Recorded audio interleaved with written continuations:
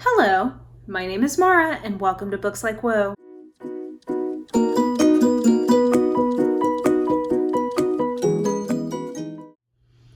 Okay, so I felt like it was time to do another popular books I hate, popular books I don't like, books that other people seem to like and I don't, whatever we want to call this, because I saw a movie that reminded me of a book that I hate, and I don't know. I felt like maybe it was time to get a little salty up in this grill again. Now, I shouldn't have to give a disclaimer, but like, it's the internet, so we're gonna have to do that, and that is, this is my opinion. I'm allowed to not like books that you do like. You're allowed to not like books that I like. Like, we all have our own opinions. It's not that deep. Sometimes it is. We'll talk about when it is. But in general, it's just like, these are books that I don't like, and I think I have valid reasons why I don't like, but to each their own. I'm not trying to steal your joy. I'm not trying to discredit your joy. Okay. So let's get into this. Let's start with the book that inspired this entire thing. Now, I saw a little movie called The Crimes of Grindelwald, which is a part of the Wizarding World. It is not Harry Potter anymore, guys. It's the Wizarding World. And J.K. Rowling wrote this screenplay. And this movie is terrible. I mean, like, I think it's pretty well established that it's terrible. There's any number of reasons that we could get into about why it's bad, none the least of which are some of the racially problematic things and the queer baiting. So, like, there's that. But then, like, so it's problematic. It also is just, like, an entire movie of, like, backstory that nobody cares about. It's just a bad movie. There's, like, I'll link Jenny Nicholson's video about it below because I think she sums up my problems / like things that I thought were dumb in that movie very well. All that being said, watching that movie reminded me how much I hate The Cursed Child, Harry Potter and the Cursed Child. Now, a couple of caveats here. I acknowledge that this is a stage play, so it is not a novel, okay? That being said, it is bound up like a book, and there are other things that we read as books, basically, that are technically stage plays. For example, Shakespeare. Like, I think I would be justified in including Shakespeare in a list of, like, some of my favorite classic books, because that is how we now experience them. I have also heard that if you see this live, it is better than just reading it on the page. I've got to believe that that's true, given that a lot of people actually do like the play pretty well. I previously thought that J.K. Rowling had nothing to do with this, and really they just were putting her name on it, and John Tiffany and Jack Thorne were the actual writers. Having seen The Crimes of Grindelwald, I now wonder if maybe she actually did write this, and that makes it even worse. This book sells out. I mean, like, aside from the preposterousness of it, and like, just that it's a dumb story filled with people who do dumb things.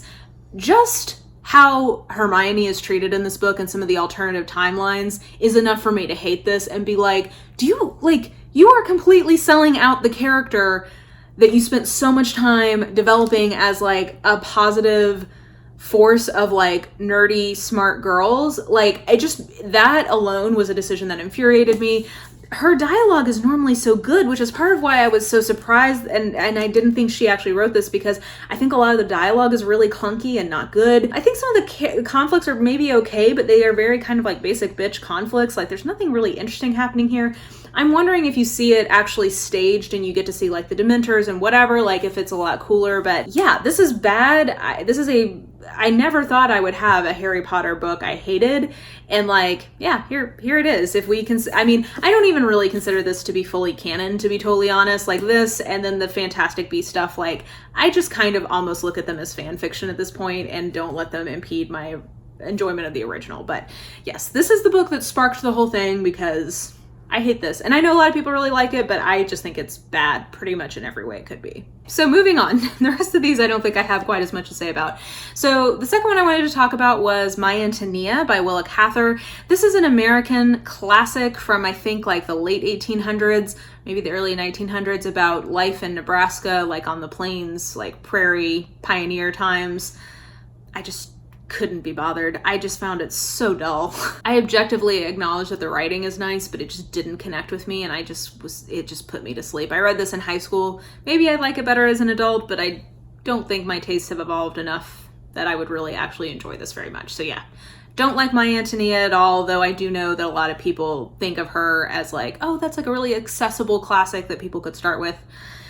Not for me. Sticking along the lines of a literary book that I did not like, The Red Tent by, I think, Anita Shreve, something like that. I'll put it in the description box. Yeah, I really didn't like this book. I found it really kind of like a classic example of just boring literary fiction. And you know, I have a degree in religion. Like, I'm definitely sympathetic and down with the idea of retelling kind of like biblical stories and in a literary, like, it's a cool project. It's something people have been doing for a long time, and it's cool. Like, I like that idea, but I just found it very boring. And I don't know, maybe at the time it was more revolutionary, but it did also just seem to be very like feminism 101 kind of stuff. I don't know. I think I was expecting to just be like empowered as a woman and like get in touch with my period or whatever. I don't know. I just was like, I can't really be bothered by this. A couple of other sort of like literary genre books that I didn't like and I know are really popular, but neither of these I would say I hated, but it just,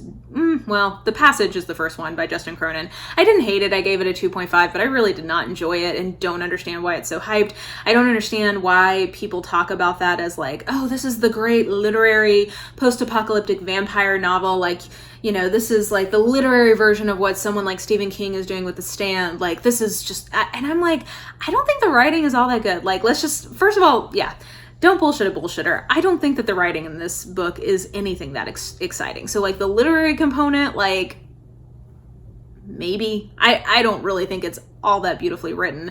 And then just like, okay, so it's not working for me literary. And then like the genre piece of it, I mean, I've never even read The Stand or some of these like great post-apocalyptic novels, but even I was like, this doesn't seem very inventive or exciting to me. Like, and it was just so long. This is a book that is, I think, like 700 pages, and it's just like a real chore to get through. It should have easily been I'll be generous and say 400-page book, but it was far too long, and whoever edited that, like, done fucked up. It is not well edited. And then when I'm not going to finish a series, I always go and kind of read the synopses of the subsequent ones just so I, you know, basically find out what happens. And from what I can tell, the first one is probably the best one. Like, it seems like things get even more off the rails as things go along. So like, very happy I bailed on that one, as I felt with another kind of more literary, like historical fiction, paranormal romance-ness, which is A Discovery of Witches by Deborah Harkness. Now, I know that this is a series a lot of people really like. Whew, boy. Another example of a book that I just think is far, far too long for what happens in it, and therefore I would say is not well edited. I don't think that it sets up anything that I was terribly interested in continuing to read about. I will say in that book, one thing I do love about it is that there is paranormal yoga. Like, there's paranormal yoga with vampires, and I kind of did enjoy that. Though even that I don't feel like is played up for the fun that it could have been. This is a book that took itself really seriously, and I just don't think it really should have. Like, I just thought it was really pretty dull. It wasn't doing anything interesting or unique with the tropes that it was playing with, which is part of what I would expect from something that is meant to be like a higher order of fiction within a genre. So like, if it's meant to be literary mystery or literary whatever, I expect there to be better writing and something like thematically more interesting with the tropes that are very well played in those genres. And to me, this like was breaking no new ground. The writing was fine. Like, I thought the writing was nice. Like I was saying with The Passage, did go back and kind of read the synopses of the subsequent books, and I was like, whoa, I'm so glad I bailed, because I do think more stuff starts happening, but it's all just like, none of it sounded like things that I would be that interested in or believable, like think was believable. So anyway, I'm glad I bailed on that. I know that's a series a lot of people like, but for me, I was just like, this was real not satisfying for me. And then one other kind of more literary genre book, in this case kind of literary horror or literary mystery, that people, and including a lot of people here on BookTube, love, The 13th Tale by, I think, Diane Setterfield. That was a book that like put me to sleep. I just did not, going back to my critique of The Passage, the literary piece of it, I was not that sold on. I didn't think the writing was anything that special. And I think the premise was really cool. So the premise is like this mysterious whatever lady is telling her story to this biographer for the first time, whatever. Like, there's a lot of like potential, like, I was interested in the premise of this, and I felt like it was the least interesting delivery on a very interesting premise possible. Like, that was just basically how I ended up feeling about it, of like, oh, okay, so like everything that could have been cool about this book just wasn't. Like, this is kind of a snooze fest. So yeah, all of those are sort of like beloved literary versions of genre stuff that I would rather, if I'm going to read that kind of story, apparently I would rather, in those cases, just read the pulpy genre versions, because at least I get the enjoyment of the plot stuff from it, and I don't have to put up with people thinking that they're fancier than they are. Okay, shifting into sort of more just like general genre fiction things that are not necessarily literary, but definitely have genre components. Okay, Ready Player One by Ernest Cline is not a good book. I'll say it. I know that there's a lot of people who feel if people enjoyed it and like actually found it entertaining, that's fine. Like, I'm not disputing that. Cause you like what you like. I'm not going to try to talk you out of something you don't like. If you got enjoyment out of this, that's great. But in terms of trying to say that this is like a good book, like, girl, I'm not buying it. I listened to it on audio too. So like, cause I'd heard, oh, if you're going to read it on audio, that will be the best way. And the writing was like bad. Even Will Wheaton couldn't save this book for me. Like, he was the narrator and he could not save it. I really like a lot of pop cultural references and stuff. Like, that is a project I'm totally down with. I just didn't think it was executed well. I thought it was so, what is the Gary Stu? Is that the equivalent of Mary Sue? I didn't like some of the gender dynamic stuff in it, but like, even apart from anything problematic in this book, and there's plenty of that, it just was like not inventive. And like I think I said this previously about something else, but like in every opportunity it had to have an interesting take on what could happen next, it always chose the least interesting path. It always chose the least interesting thing that he could do with the characters that he had set up in the situations he had set up. And that was my problem with it, is I just found it completely predictable, unoriginal, and for me, the writing was so clunky that I couldn't even enjoy some of maybe like the campier elements of it, or just sort of like, oh, this is fun. Like, for me, I didn't have fun. That's what it boils down to. I didn't have fun reading this, and it's a book that I think its only real redeeming quality is if you happen to have fun reading it. And if you did, that's great. Like, I'm glad you did. I just personally didn't, so therefore there was nothing left for it to give me in terms of enjoyment. Another like popular series that I read the first one of and just bailed because I was like, this is just badly written. And of course it's badly written because it was written by a teenager, is ERAGON by Christopher Paolini, maybe is that last name? Yeah, I think a lot of people have positive associations with this from reading it. Like, it's YA, and I think a lot of people read it when they were young adults themselves. I think I read it though as either a young adult or in college, so like not far off the demographic, and was just like, whew, this is some badly written Tolkien fanfic with dragons. Yeah, I just thought it was really subpar, not good. And thankfully, every year I think we get better and better quality in YA. And for me, I'm just like, why would I recommend anybody read this YA when there's so many other more interesting YA fantasy series out there that they could be reading? I just think it's not good. Like, didn't enjoy it. It's not good. I know a lot of people enjoy it from their childhood, but I don't think it holds up past nostalgia reasons, at least for this reader. A popular romance author who I just don't connect with and don't really like, I keep trying to like her because in theory I should like her, is Shelly Laurenston. And I think the one in particular I picked was Beast Behaving Badly. I think that was the first one I read from her. Everybody talks about this as like, it's light, campy, paranormal romance. It doesn't take itself too seriously. And I'm like, that's my catnip. Like, I love paranormal romance that just embraces how silly it is. I love that. And this does, but the humor is not funny to me. I think that's what a lot of it boils down to, is that I think she is finding herself hilarious and I'm sitting there like, this is not funny. So for me, yeah, Beast Behaving Badly was the first one I tried from her. I've tried several others and I keep not liking them. The Crows series, which is really, in theory, super cool because it's like all these like Valkyrie women basically, or like warrior women who have paranormal ability. Like, I should really like that, and the humor does not work for me. So I know she is a beloved author in some circles, and Beast Behaving Badly was my first attempt, and still can't say that I have found anything that does work for me from her, so too bad there. And then one other kind of like popular fiction or commercial fiction, genre fiction, whatever, pick for me was Relic by, I can't even remember who the authors are right now. I'll have the authors in the description below, but it's like a popular, like somewhat paranormal mystery type series. And I read the first book and was like, this is laughably bad. Like, every stereotype you have about badly written commercial fiction, like things that you would ascribe to someone like Dan Brown or James Patterson, also applies to this. It's just like so bad, and it has such interesting premises, like if you read the descriptions, because I sometimes will like get fooled and be like, oh, that sounds cool, and then I check what series it's in and I'm like, this is terrible.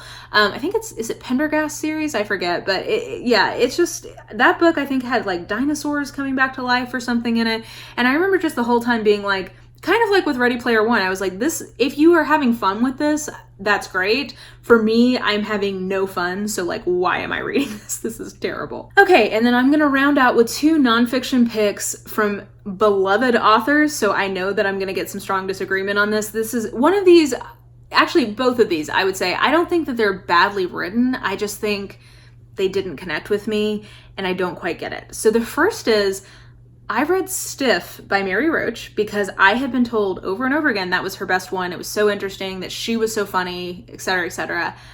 And I did not like it. I didn't find her funny, so I mean, I guess the information she provided was interesting, but I think that is the kind of book where you're expecting it to be not quite narrative nonfiction, but a part of your enjoyment is the authorial voice in that type of nonfiction, and I did not enjoy her authorial voice, so therefore I did not like Stiff, and that is like a perennial beloved nonfiction author who I just can't get down with, sadly. And then the other one, I would say I really liked the content of this book, but I just did not feel like it needed to be a book. I felt like the TED Talk addressed almost everything in it sufficiently, and that is Daring Greatly by Brene Brown. I read that, and also, is it Braving the Wilderness? Because I was like, I want to like one of her books really badly. Didn't really like either. Again, not bad, and I listened to the audio because people were like, oh, listen to her read it to you, it's even better. I just think the TED Talk addressed everything that I needed to get from those books, and so therefore I just felt like it was somewhat inert. Like, it just didn't pack a lot of punch for me, maybe is what it boils down to. So yeah, didn't really like that, and I know that's sacrilege because people love her, and I love her work. Like, I love the content and I love the ideas in it. I just think as a book it doesn't work. Those are some more popular books I hate, don't like, didn't connect with, thought were boring, whatever. Take this in the spirit with which it was offered, which is not trying to hurt anyone's feelings and just kind of talking about my personal experiences reading. You know, we all have different tastes, so there you go. But anyway, let me know if you loved any of these books. Please don't try to talk me out of not liking a book you do like, but feel free to leave why you do like it, in case there are other people who agree with you. I'm sure that there are. And let me know maybe a book that you hated recently, or didn't like, or didn't connect with, or thought was overhyped, whatever. So let me know that in the comments. Beside that, I hope you enjoyed this video. And if you did, please like, subscribe, follow me on the social medias if you are so inclined. I have all that information listed in the description box below. And I think that will do it. I hope you're having a really lovely day, and I will just talk to you soon. Bye.